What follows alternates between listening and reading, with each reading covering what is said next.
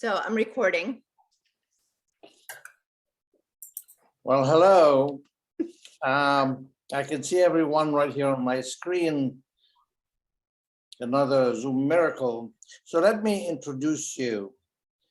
Hello, Anne Burke Daly. Hello, Raphael. Hello, Laura Litinsky. Hi, Raphael. Hello, Marion Belanger. Hi. Do you use an accent on the E? Because in French, there would be an accent there. Sometimes. Sometimes you do. Yes. Hello, Mary Berridge. Hello.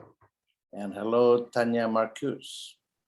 Hi, Raphael, and just thank you so much for having us today. We're excited to talk with you about our group. Well, thank you for acceding to my request. I'm very happy to have you here and to talk about this very interesting story of the Birthday Club. And interestingly, you are all practitioners of photography with an MFA from Yale. And Yale in the 80s was somewhat different, of course, from what it is today. It was a very patriarchal environment. The teaching staff, mostly all white and male. We've heard that one before. The aesthetic was an older aesthetic, especially for you, the new generation arriving with your dreams. And it was focused on straight photography, and there was a male-dominated, sexist atmosphere on campus. And of course, those were the politics of the time. Marion, can you tell us a little bit about that? Yes. So we, everything you said is true. We did, however, thrive, in part because of our friendships, I believe. And, one thing that we did learn there was like this common language that we could talk about our work and talk about, the world in relation to photography. And that was really, the Birthday Club grew out of that atmosphere. I mean, Yeah. Perhaps if it weren't like that, we wouldn't be here today in the same form. But, that kind of, that was the growing medium for the Birthday Club. And, I have to say that when I went, I was slightly older than the classmates. I had an 8-year-old daughter. Until Laura and Mary's class came the year after my class with Tanya and Anne, I was, I think, the only student with a child there. And then our friend Jeanette, who was also part of the Birthday Club, had 2 children the following year. Must have been a job and a half to handle the child and the studies and the courses and comings and the goings. Yeah, I mean, I had to be really organized and focused. I was lucky I did have family in the area that helped me. But, I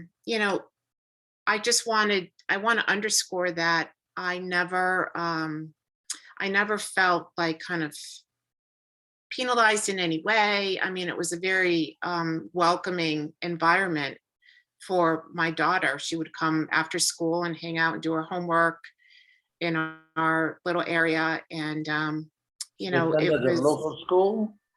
Pardon? He attended the local school? Yeah, she went to magnet school and would take the bus, downtown to the art school after school. And but it was everything you said, but out of that we became a group and we became strong artists. And one thing that ties us together today is, you know, that like rigor, that background, and also, you know, our feminist roots really became activated there, I believe. So I don't know, Laura, do you want to add anything to that? Yeah, I mean, I remember when I first arrived, part of it was also a culture shock for me because I hadn't grown up on the West Coast, and coming from Canada, it just felt really, really different. And meeting all of you was a way to get some grounding at Yale, and sharing in interests, both in terms of the kinds of photographs that we were interested in and subject matter, but also the different kinds of courses that we took. You know, I'll always remember Alan Trachtenberg's history of photography. And then there was also a course that a woman— What is it about Alan Trachtenberg that you'll remember? I remember a few different things. One of them was being really intimidated because I'd never really learned how to write as a college student, and then having to write my first paper, I think, you know, caused a lot of duress and a lot of long nights of trying to do it. But I think, you know, talking with all of you and hearing the different ways that you talked about photography in relation to the world and having a broader context, and then also meeting Anne, who's in the painting department, and stepping outside of the photography department, realizing, you know, instead of a narrow world of insularity, but just, you know, moving outside and looking at the world and seeing relationships between different kinds of things. You know, again, an anecdote I remember from a seminar was we were looking at Lois Connor's work on China. And I remember, Tanya, you talked about the relationship to Chinese scroll paintings. And I was like, oh my God, yeah, like you could have things going across disciplines. It was sort of revelatory to me. So I feel like we really learned from each other. You know, all of you, I could, you know, cite different cases that I feel like I really learned a lot. And also we taught each other how to thrive in that situation. You know, I felt like there were a lot of pitfalls and ways that people could get lost. But I think the amount of work that all of you did and the kind of bond that we had, you know, hanging out in the dark room for hours and hours and hours, or, you know, seeing each other, meeting at, you know, 11:30 or 12 at night after we'd finished working, was also a really important, not lesson, but it was just like a kind of thing that we shared and really bonded us together through that work ethos. You must have been the hardest working group on campus in those days. I think we were. I do think we were. Yeah, I mean, we were incredibly intense. And I think that there was almost like an assumption of total devotion, right? Mm-hmm. We all had this kind of total full-on devotion. Meanwhile, Marion and Jeanette navigating having families, and I think the respect seems really at the core to me. Like when we would have these critiques, and what the room was B19, and it was kind of in this basement, you know, very sort of off-putting room, and you know, the walls, whenever it was someone's turn for critique, would just be completely filled with like what would be for some people a year's work. And to have that kind of like wonder and interest in these other artists' work and process. And that was just the beginning. The fact that we were able, through that structure, to kind of reinvent it and make it our own for many decades, I think is one of the things which kind of just blows my mind, because I don't think we ever would have predicted then. No. 30 years later, we'd be sitting here on a computer screen with our faces in grids, with, of course, without, you know, the dear Jeanette, which I know we're going to talk about, you know, later. So with time, bonds inevitably start forming. And for 2 years running, you are, like you said, sharing dark rooms and teaching at the Yale Summer School of Music and Art. And you're photographing one another, and you're taking classes together. And each of you on her own is developing and sharing her own aesthetic, focused on deliberate long-term project, which is not what was going on at the time at Yale. And also, as you mentioned, you are sharing a strong commitment to feminism. Laura? Yes, I wanted to pick up a little bit on that, Laura.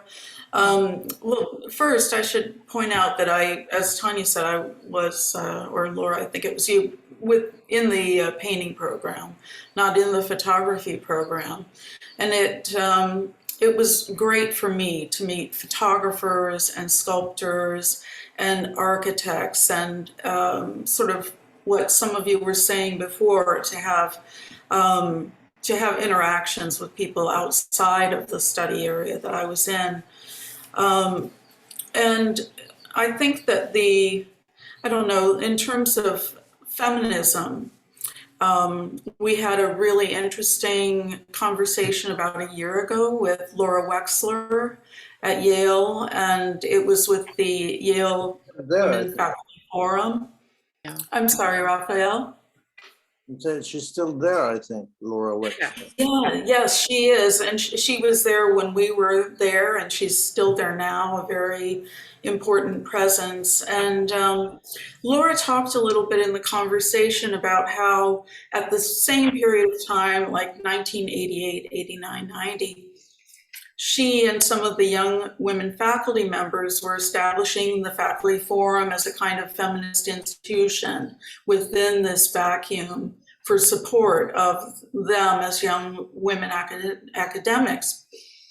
And I liked in our conversation how Laura talked about our group, this group, as a kind of feminist institution running parallel to what they were doing with the Faculty Forum, that we were creating something so that this sort of bond, the bonds that we made and then insisted on retaining and growing really after graduate school, was a way of building our own feminist institution.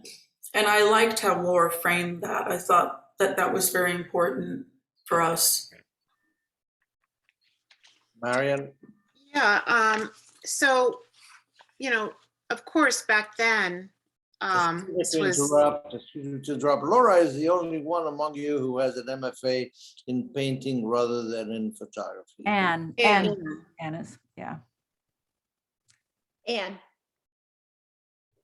Yes, Raphael, it's me. I have the MFA in painting. So instead of sort of the background in street photography that maybe everyone else in the group had, I had you know, sort of the references that were brought up in my education were more traditional trajectory of painting, sort of vis-a-vis like Cézanne, Picasso, Bauhaus kind of teaching, and figures in the program, teaching figures like William Bailey. But I also was very fortunate to have someone like Mel Bachner as a senior critic who would come to my studio, and we could talk about Eva Hesse and other women artists that were of his era, but that was an era I was particularly interested in. And a woman painter named Frances Richard, a conceptual painter who was a real influence on me as well. But my experience was somewhat different. And then Tanya and I met as teaching assistants at the Yale Summer School of Art and Music at Norfolk. And that was where we bonded. And then coming back after that summer, I really got to know Marian and Laura and Mary better, and not as much Jeanette, but Jeanette after we graduated. I sort of think it's important to say that, you know, while our bonds originated there in the program, I feel like it really became much stronger afterwards, that we all saw value in retaining this dialogue, this sort of shared language that we had, and how important and vital this was to us to sustain our lives as creatives. I agree. Yeah. Amen. Marian? So, yeah, I was just going to underscore that, of course, back then, you know, we never would have kind of thought of ourselves as the birthday club or, you know, like any kind of formal group. I mean, we were, you know, some students who became friends and colleagues. We respected each other's work. We would engage in very rigorous critique. It all happened organically. It happened organically. You know, Tanya and I took the feminist class with Laura Wexler, which was a really big influence Feminist for us theory. and the group. Feminist theory, just that was Yes. the title of the class. Yeah. Yeah, that was incredible. And we wrote a paper together, which I've never done before. We actually wrote the text Together. together on the artist Mary Kelly. And that was like really open, you know, I don't know, very, made me think very differently about practice and conceptual work. And that was all about, we were writing about the postpartum document, which was about maternity. And Anne too, I would say, kind of has played a role throughout, but very much in the beginning. I remember you opening me up to artists, painters, other often women artists whose work I had no idea about. And back then, very, very hard to imagine, but Frida Kahlo wasn't a household name the way she is now. Right. Francesca Woodman. These are people that I believe it was you, Anne, that shared that work. And it was kind of like sort of passed around somewhat surreptitiously almost. It's like a little bit clandestine. Yeah. So, I'm sorry. I was just going to say that, you know, the way that it did kind of grow organically was really lovely. You know, like I was photographing, I think I photographed Tanya and Laura's and Anne's bodies, and Laura, you photographed some of us for your work. And, you know, I mean, it was just, so there was like the friendship part of it, which is, you know, really, really big. The critique and the, you know, shared language of photography and art, the feminist influence. And, you know, and then I think Anne's correct. Once we graduated, that's when it became a little more of a formalized group. But still, that unfolded over years. Go ahead, Laura. Yeah. I was just going to say that after we graduated, it was a different issue because instead of being in the same workspace as we had been, then there was an effort that was made. And I remember reading some statistic about how friendships are 90%, I'm exaggerating, dependent upon location. But once we were all in different places, we made the decision that we wanted to stay in touch with each other, and we would have, you know, twice a year, once a year, as often as we could, get-togethers with each other, to hang out, to look at each other's work, to talk about ideas, phone calls back and forth. And that's a different kind of effort and energy that signaled the kind of commitment that we had to each other. Yeah.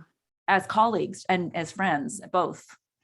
Yes, and we're going to talk about that. But I wanted to say that I saw some of these portraits and they're just lovely, I have to say, really. Thank you. And so then the birthday club happens. And how did it spring up? Was it premeditated as a reaction or as an antidote to male dominance at Yale? What happened? Anne? As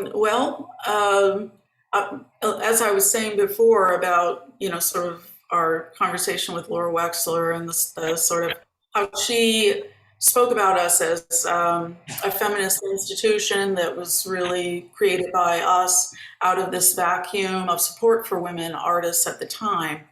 So I think that, you know, that is part of the story. That's an important part of the story. But, you know, other people here, other of my friends and colleagues have spoken about, you know, all of the different ways that, you know, that we were engaging with each other as friends, as colleagues, in dialogue, sharing darkrooms and all of that. So I think that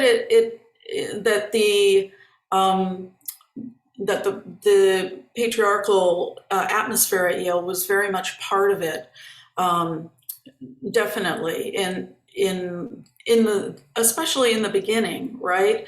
But this decision to continue on outside of our schooling and to, you know, to really develop our bonds and to make this kind of commitment to each other, it goes way beyond that. You know, what might have been the impetus or the feeling that we wanted to stay together and support one another to sustain our lives as creatives. But I would also just add the very specific story that was Anne's idea, that when it was Jeanette's birthday, I can't remember which birthday, I'm sure one of you can, it was in the mid-90s, that rather than, you know, buy some present for her, that we give her prints of things we are working on. And that was really the beginning of it all. I remember it really well, that it was, Anne, it was your idea.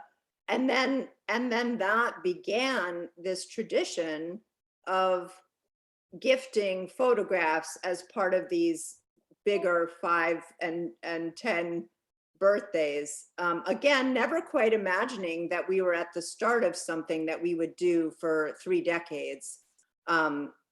You know, so we have this vast collection of one another's work.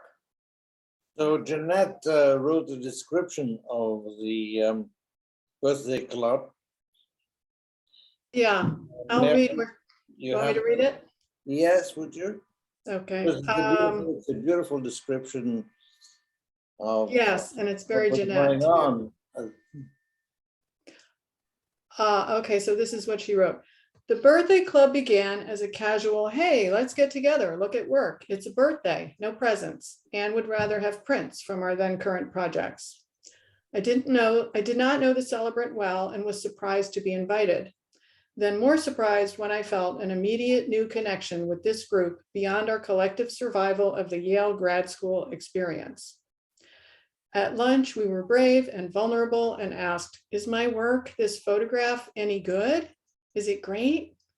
These earnest, urgent questions were considered carefully and answered truthfully. To talk this way is an unqualified good from which other good grows. We 6 continue to speak the same lingo, and I anticipate each birthday, even mine, with childlike enthusiasm. Another surprise. Yes, it was. It brings it all back to you, I'm sure. And of course, Mary, Jeanette is no longer with you. Yeah, so tragically, Jeanette passed away from cancer 5 years ago. You know, that was obviously a very big event happening in our group and has had a pretty big effect on it. And we're going to talk about that. But I think it ended up solidifying our group even more and giving us a kind of urgency, not just to, well, in part urgency to make the most use of the time that we had when she was still with us. But also since then, a kind of urgency that comes from knowing that, you know, you're mortal, possibly, you know, sooner than you thought. Do you all remember how it felt at the moment? The moment she died? Yes. Well, it was, you know, it was kind of shocking, even though we all knew, of course, for a couple of years that it was going to happen. It was, for me personally, it was the first friend that I've lost. So, you know, that's a pretty big shock. And you were very young at the time, still. Yeah, I mean, she was a little bit older than the rest of us, but not by that much. I mean, I think she was 63 or 64 when she died. Like, that's way too young. So, all in all, at the birthday club, you get together, you bring projects to discuss ideas, lots of ideas, but you also bring personal matters, what goes on in your personal life to these meetings. But as Tanya said, it was Anne later on who initiates the print exchange. And in the beginning, you were exchanging work prints or contact prints. And then slowly it moved on to being exchanging museum quality prints, those beautiful prints that you gifted one another with on the occasion of what you call big birthdays. Every 5-year birthdays. So it really, it started when I turned 35. That was when it started. And as Mary read what Jeanette so beautifully wrote about the beginning, I remember feeling a little self-conscious about suggesting, that my friends and colleagues bring work prints. But it started out as this idea, like, don't bring any kind of traditional gift. I don't need that. I don't need stuff like that. But if you want to bring something, almost bring a piece of yourself in this other form, and sort of, I don't know, I had a vague idea that it was something we did, getting together and looking at prints, so looking at each other's work, it seemed kind of natural to me. You were very humble when you suggested it too. You said, I don't, nothing finished or fancy, like a work print, something that's in progress. And so that really started it. But I wanted to read an email that you sent me recently, your last birthday. And you wrote, I just calculated and believe we have gifted close to 185 works between us. I envision the gifting as a tenuous thread weaving us together that became a stronger bond over time with each 5-year birthday celebrated. I turned 60 in November, and the works given to me mean more than I can express. I also enjoy giving my work to the others immensely. We live in each other's work. We are woven together and are in each other's houses and consciousness and lives. We are feminists, and there are overlapping themes between us. We have a commitment to one another. So you were exchanging more than just prints. What was it that you were actually exchanging, Marian? Well, we were, the most simplest, response would be like love. We were giving each other love. It's incredible when I look on the wall and I see the prints hanging from each one of the members that were gifted to me.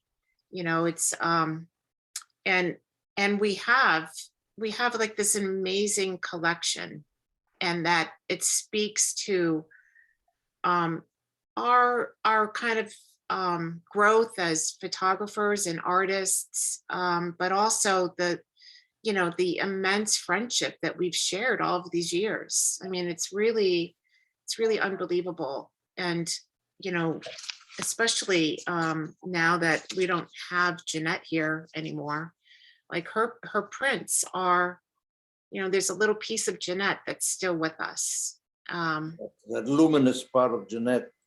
Yeah. And the beauty of the giving and receiving was there was no reticence in the giving and no reticence in the receiving. Mm-hmm. I just want to echo. Oh, I'm sorry. Am I interrupting you, Raphael? No, go ahead. I just wanted to say something about, the work of these women here and Jeanette literally surround my world, right? So people come over and they're like, oh, like they look at the prints on the wall. I have a beautiful, very early Marion Bellinger. I have a anti-monuments. I have everyone's work framed and on my wall. And then I have boxes of all of these incredible work. And it's like this physical, piece. And I really loved what Marion was saying about the way that it is a kind of reminder, like the work itself is a kind of memento mori, right? A reminder that the work we make will outlast us. And it is extraordinary what Jeanette, like her vision, and that she left, that she did impart that, and that we get to have some of these physical things around us is kind of just incredible to me. Mm-hmm. That was well, I think of photography or prints as transfers of energy, really. Tiny motions and transfers of energy when you look at it and when you receive it. And what made it so special in your case, I think that the giver knew what they were giving and the receiver knew what they were getting. Mhm. Very nicely put. Yes, very. So that made it all very important and very personal. Mhm. When I wrote in that note about the sort of tenuous thread and weaving, I just keep thinking that it's like this very, thin taut thread that just keeps weaving through us with each of these kind of giftings and becoming sort of reinforced over time. And I feel like Laura, go ahead. I'm sorry. No, go ahead. Finish your thought. I'm finished. I was going to say, and I'm really looking forward to this year because I have a big birthday coming up in June. I have a big birthday coming up too. You got a big, beautiful friend from all of your friends. Exactly. And you have enough wall space left? Always. Oh, actually. Another thing about, to pick up on what Tanya said about having, sort of being surrounded, and Marion was saying, being surrounded by the work of all of you incredible artists. I also think like we are in a way custodians then of one another's work. Like as my collection of all of your work has grown, I think like we are sort of custodians of one another's work, and we have, we've had this idea of, that was really Jeanette's idea of making the book, wanting to make a book where our work would live together conversationally, or to have exhibition where our work would live together conversationally. And I think a lot of, Mary was saying how the group sort of even started having more momentum when Jeanette got sick, because we felt like we were, we really needed to move, kind of. Sense of urgency. Yeah, a sense of urgency. I thought that was so well put. And part of that is wanting to get Jeanette's work out in the world. It's this sense of being custodians and of this commitment to one another that, Jeanette's not here to advocate for her work anymore, but we are. And we're here to advocate for one another. Yes. And then you all graduate with a brand new shiny MFA certificate from Yale. And after 2 years of constant interaction and exchanges, the bonds that exist between you are very real. And even though your student days are now behind you and the diaspora is now upon you, because you have to split and go home and look for work, these bonds are not going to dissolve. In fact, they sustain you Yeah, they keep sustaining you through thick and thin. And there is the technology now to support you in that, to keep you connected somehow, even though now not always in person. Some of you, were in the New York area and could get together personally, and some of you couldn't, but you stayed in touch. Laura, can you tell us something about that? Because you were in Chicago. I mean, you were in Houston, I think, at the time. I guess I first moved I was in Seattle, and then I was in Houston for a year, and then I've been in Chicago now for 27 years. But Mary also has left the New York area. So, and people, we've all kind of scattered a little bit. I guess Mary and California, yeah. And Tanya are a little more proximate to one another. I think that the technology has helped. I mean, certainly it makes a huge difference compared to when we have to pay huge amounts for long distance phone calls. To be able to just phone each other up, it's really great. And then through the pandemic, one of the things that was really important to us that we made a real commitment, and again, I think it was Anne's idea, was that we get together weekly and do studio visits with each other. So initially we started getting together just to sort of say like, oh my God, like, how are you managing? What are you doing? But then to be able to utilize that time more, I guess, fruitfully and positively, and to support each other in our practice when we all felt relatively isolated, was, I don't even have words for it. It was a kind of lifeline, I think, for us in many ways, was to have that kind of connection, and to see each other's work and to be inspired, reassured, challenged, provoked, to have to present and to be able to talk to one another about what we were thinking about has been really incredible. And I don't love technology. I think that this form is really kind of, crazy making, but it's also, yes. Yeah, it's also been, for this, it's been a really good thing. I don't know what I would have done had we not had it through the past 2 years. And I think that it strengthened the sense of when we can get together, the importance of being in each other's presence and being together.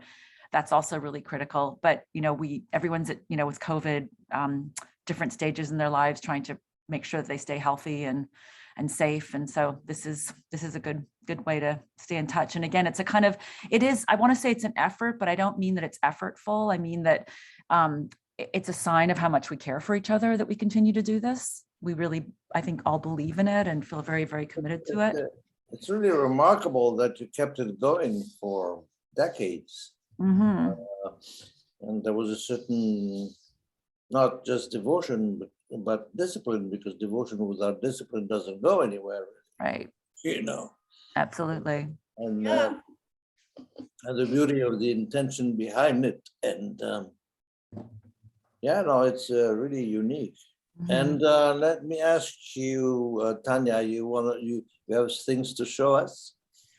Yeah, let's go back a little bit, circle back, but pre-pandemic, to, I think it's really important for us to spend some time talking about these 2 summers when Jeanette knew she had this terminal diagnosis. And I think Mary was going to say a few things about that. So I'm going to hand it off to Mary, and then I'll share some images in a few minutes. Yeah, so when Jeanette found out that her illness was terminal, she had a request for us, and it was, would we help her edit a book of her photographs? And of course, we all said yes, absolutely. And we all went to her summer house in Shelter Island and helped her edit what would have been a beautiful book of her work. She had done 2 previous books as well. But at some point after that weekend, I can't remember when exactly, she changed her mind and said, you know what? I realized what I really want is, instead of doing a book of my photographs, I want you to help me. I want us all to edit a book of our photographs that we've given to each other over the years. And this was something that she had mentioned years and years ago, way before she got sick, just kind of as an aside. Wouldn't it be great if we had a show and a book of the gifts we've given to each other? You know, wouldn't that make the best exhibit? But with the timeline becoming what it was at the time where she was diagnosed with cancer, that kind of request was sort of a bolt from the blue, I would imagine. Yeah, I mean, we had all loved the idea when she first brought it up years ago, but nothing came of it, you know, just because we were busy and it just kind of went by the wayside, and we just didn't do it. So, but at this point, when she changed basically her final, you know, request of us, to that project, it was, you know, it was amazing. I mean, it really floored all of us. And I can imagine. yeah, and you know, the most amazing thing was like how it was the ultimate expression of our group and the meaning of our group and what we meant to each other, you know, and the meaning of what do you think was behind it. What was, do you think the intention was for that request? what do I think the what was with it? Her intention was. Her intention. What drove that? I think, you know, she was saying what we mean to each other is so important to her and to all of us that, you know, it basically the sense of community and support from her women friends and peers that we were both personally and professionally were, you know, that was at that point, the most important thing to her. Mhm. And I think that, you know, that was just incredible. And so that's what we did. What do you think was the intended recipient of that piece? Oh, so I wanted to say something about that, because I think that Jeanette, maybe before any of us, in her suggestions that we do something that would involve all of our work, saw a kind of relevance of what we are doing to an outside viewer or person, right? For us, it sort of was like, well, this is just what we do, and it's inside this hermetic thing.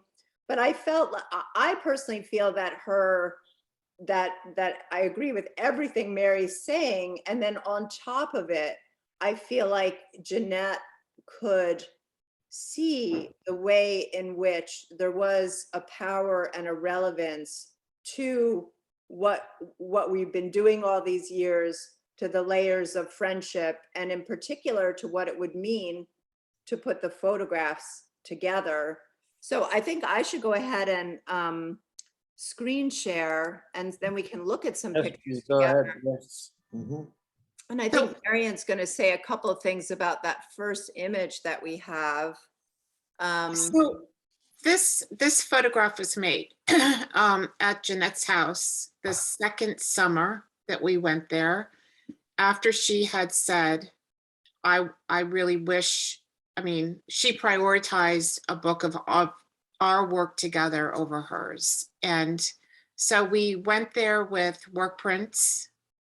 And it was honestly the first time we had ever put our work together in such a manner. And, you know, it wasn't like there's a section for Jeanette's work, there's a section for Mary's work. I mean, it was all intermingled. And there was literally no conversation when we were doing this. We just started moving prints around on the table. It was almost like a seance.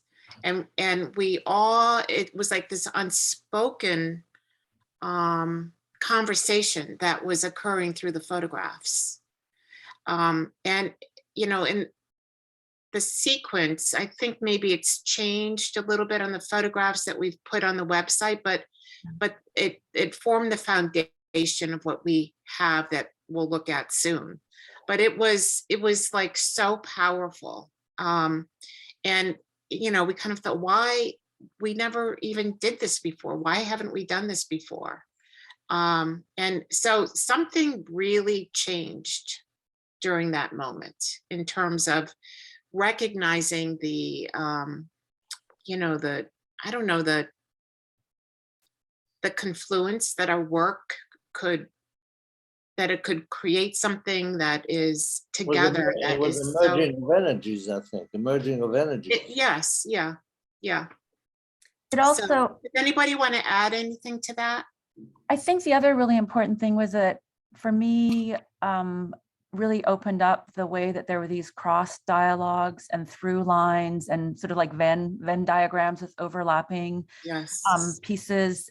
And it wasn't just that it was a friendship and so we were putting together our pictures because we were friends, but that there were ideas that were circulating through the different ways that we were working, even if they were manifest, you know, differently, which of course they are, but that there are these through lines and ways of thinking through problems and ideas that go back to us in our education, you know, going to Yale, but ideas about photography, ideas about art, about representation, so much that really, I think came, you know, sort of came to the fore once we started putting our work together.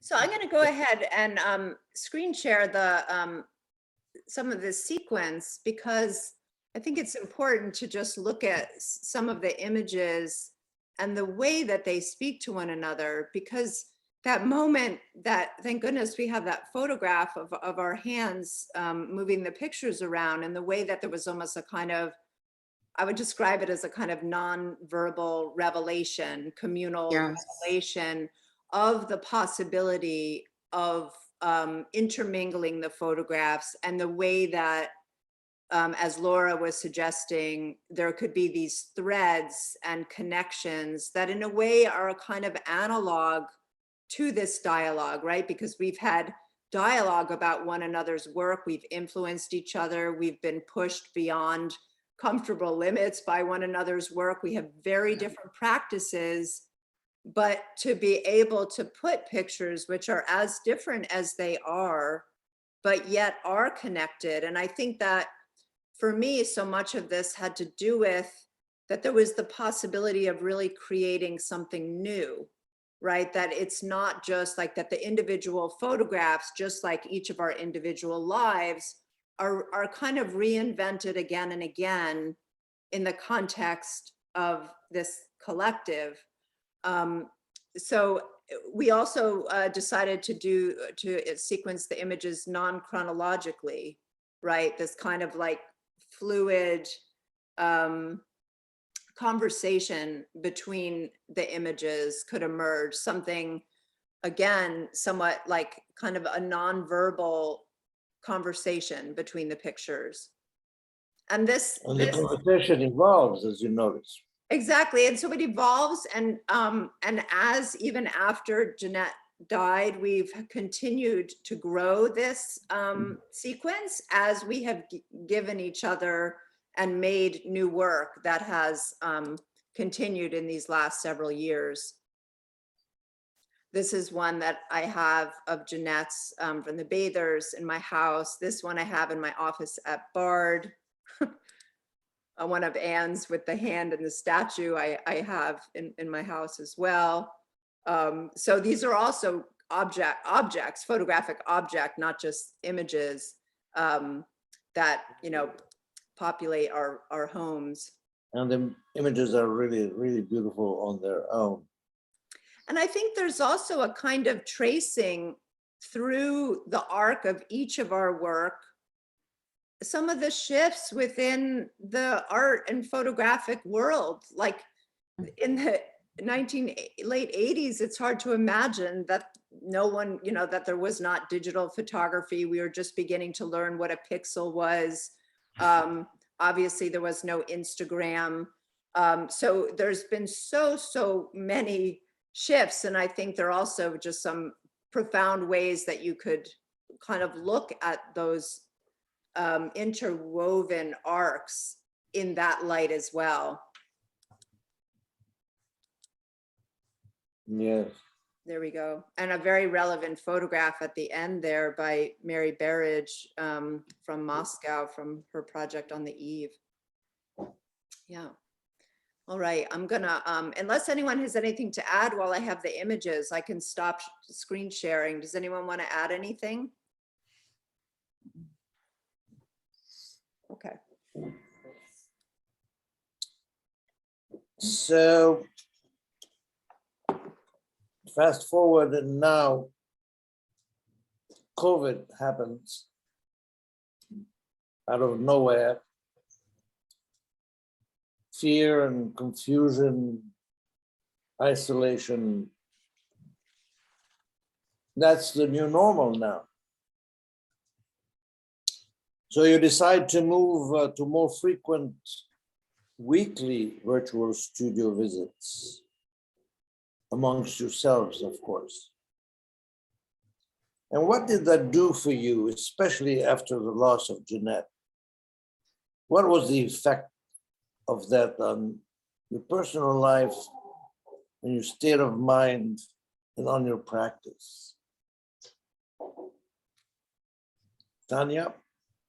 Well, I know for me, just having, I mean, well, it was, I guess it would be, I would think of this like many of the other things about our group as having many levels. But at that time, things were feeling like such a state of emergency that honestly, just having an 11 o'clock appointment on a Thursday felt really significant. And then once we figured out the order in which we were going to do these critiques, knowing that my turn was April 17th, and what was I going to share? What was I going to ask about? What was I going to be, you know, prepared for?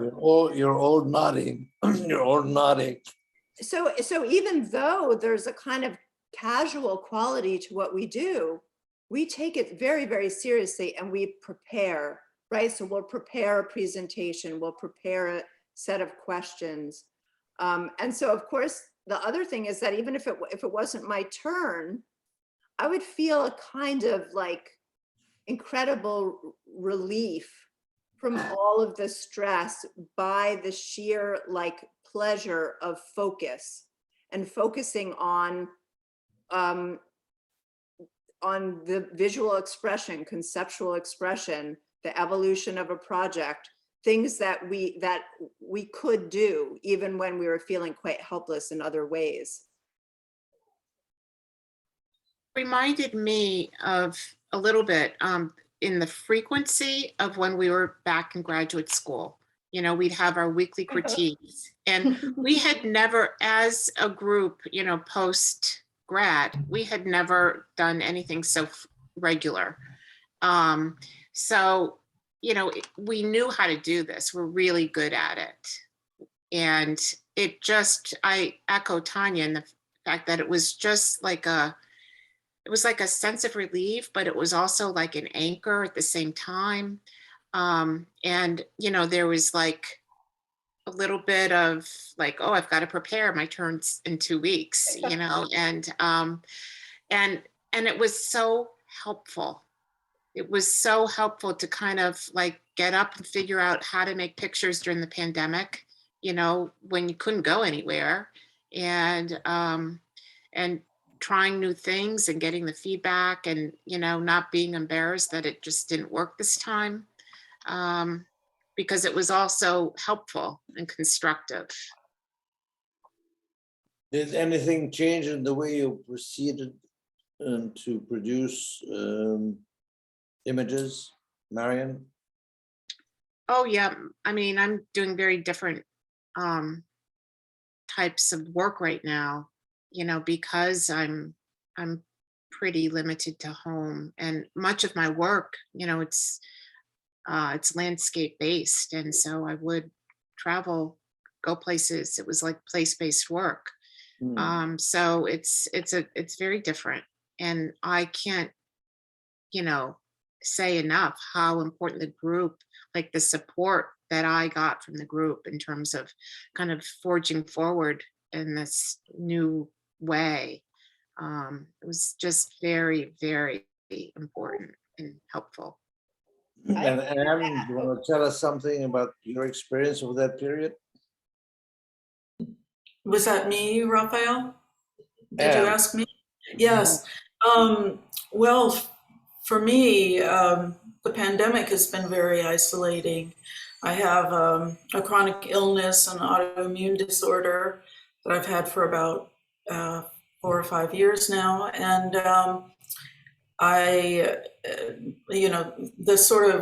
the possibilities of bad outcomes with COVID are sort of always hanging around there. But I think when, Laura, it was really you that suggested we first get together. We were going to get together and have a drink, have a glass of wine together.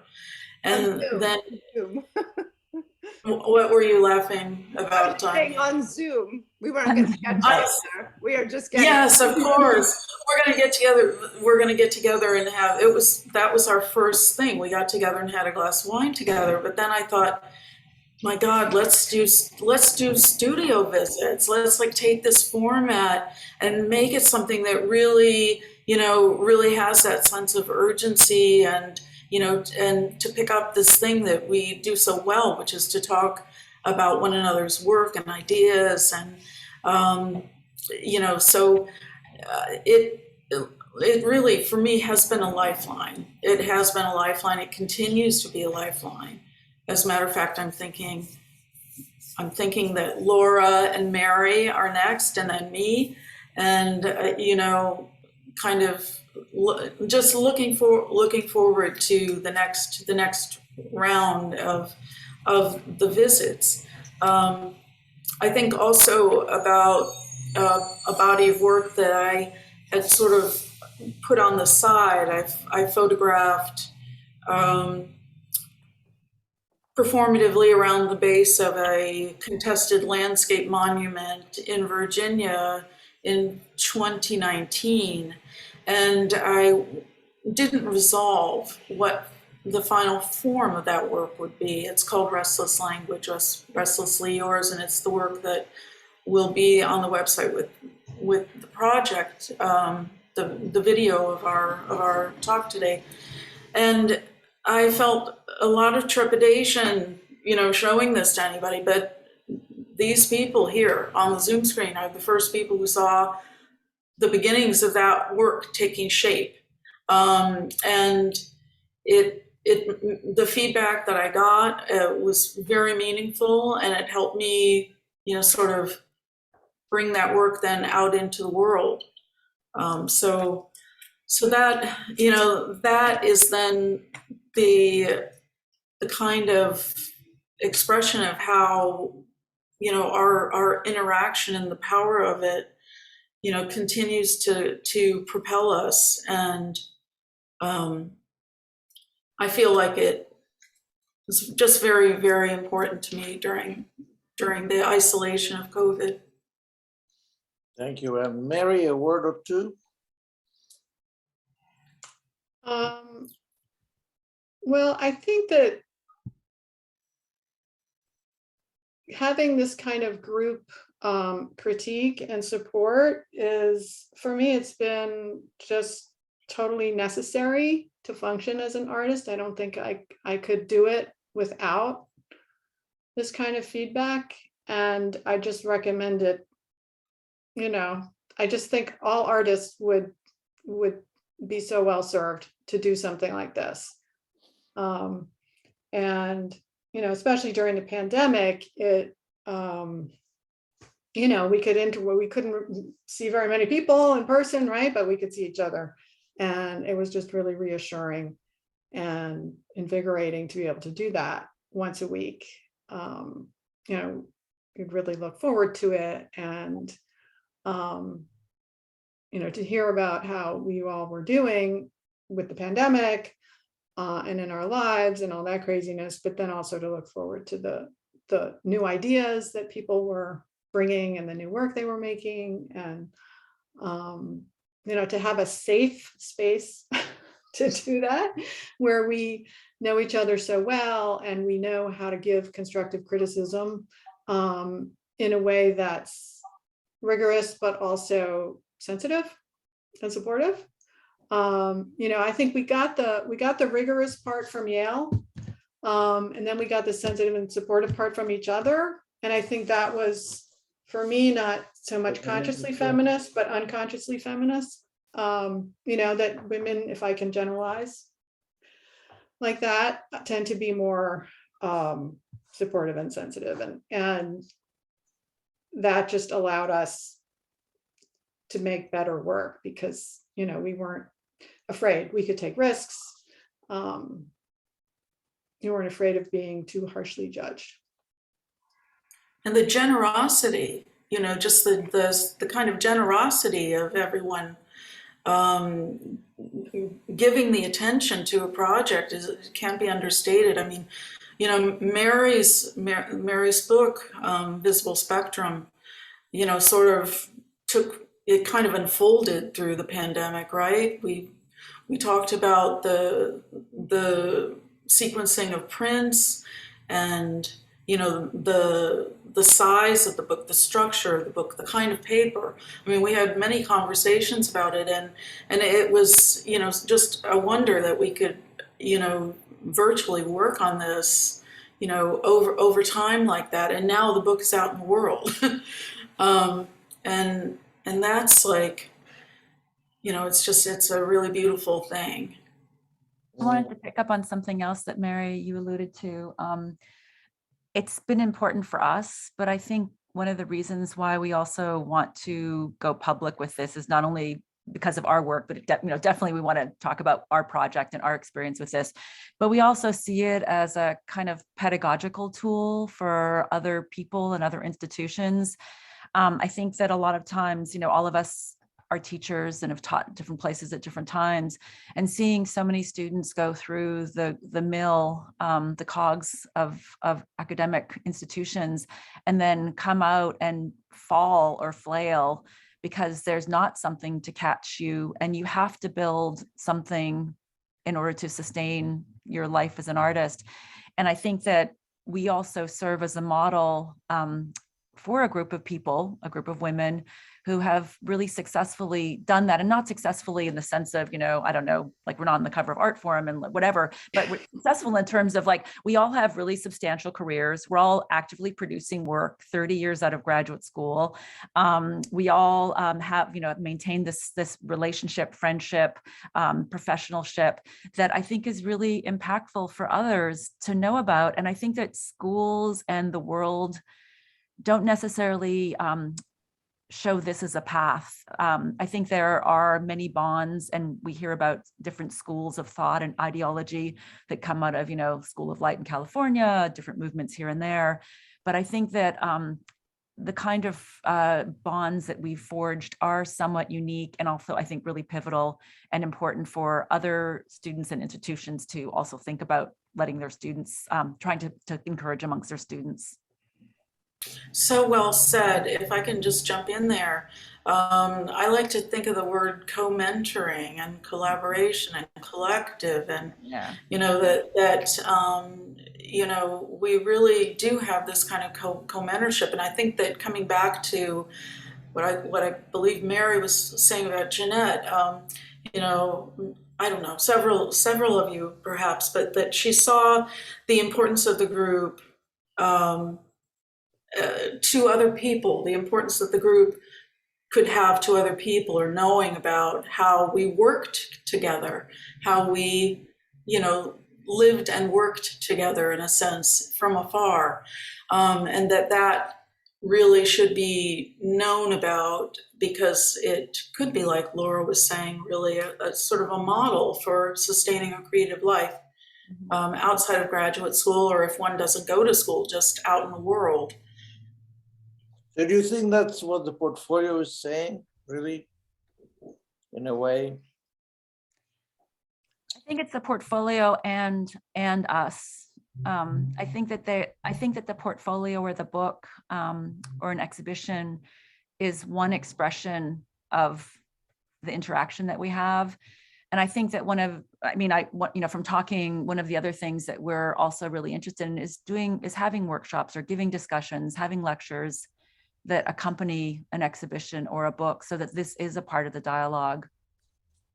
Yeah, I mean, whenever, sometimes in the context of a class, or I'm giving a talk somewhere, and I might just sort of incidentally bring up you know, this group I'm part of, or I might be sharing one of your work, you know, like I was talking about Marion's book, Rift Fault, with my bookmaking class this semester, or then I'm talking about view camera and still life, and I'm showing Laura's work, like, so, and then I might mention like the fact that I'm in a group with these women, and this is, people are so interested, because Yeah. I think it does hit on many, many levels, like friendship, sustaining a creative life, feminism, all sorts of things, loss, incredible loss, right? And using loss as a way to galvanize our creative lives and our community together. So I agree with everything you guys said about just the relevance beyond ourselves, which is not always easy to see because we're inside it, right? But I think Jeanette, that was one of her parting gifts to us, I think, was to give us that vision from the outside, that there might be something we could communicate beyond ourselves. Yeah. Yes, and also Raphael brought this up earlier, but then we got onto something else instead, but the generosity of what she did, right? The generosity of her to say, no, I don't want us to work on a book of my work. I want us to work on a book of our work. And, you know, that, again, the ultimate expression of what we were doing, gifting each other, you know, prints over the years. And I think that that's, you know, if you're going to have a successful group, it's based a lot on generosity and what we give to each other, just in terms of feedback and support. Yes, it's all very rich in all kinds of lessons.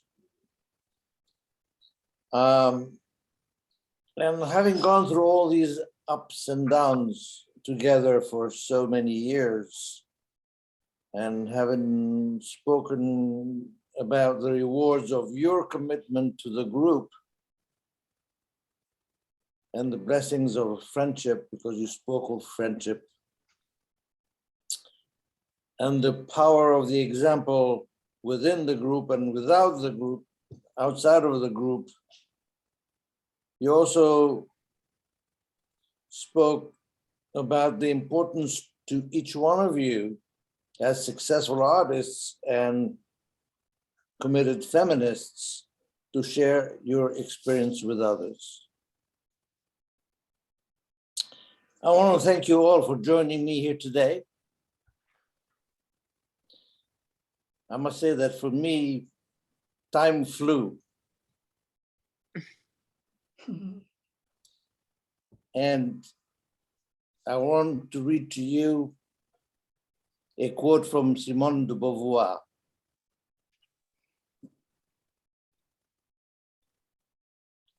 And Simone de Beauvoir writes, "One's life has value so long as one attributes value to the life of others. By means of love, friendship, indignation, compassion." And each of you spent considerable amount of time with me over the phone to help me make this discussion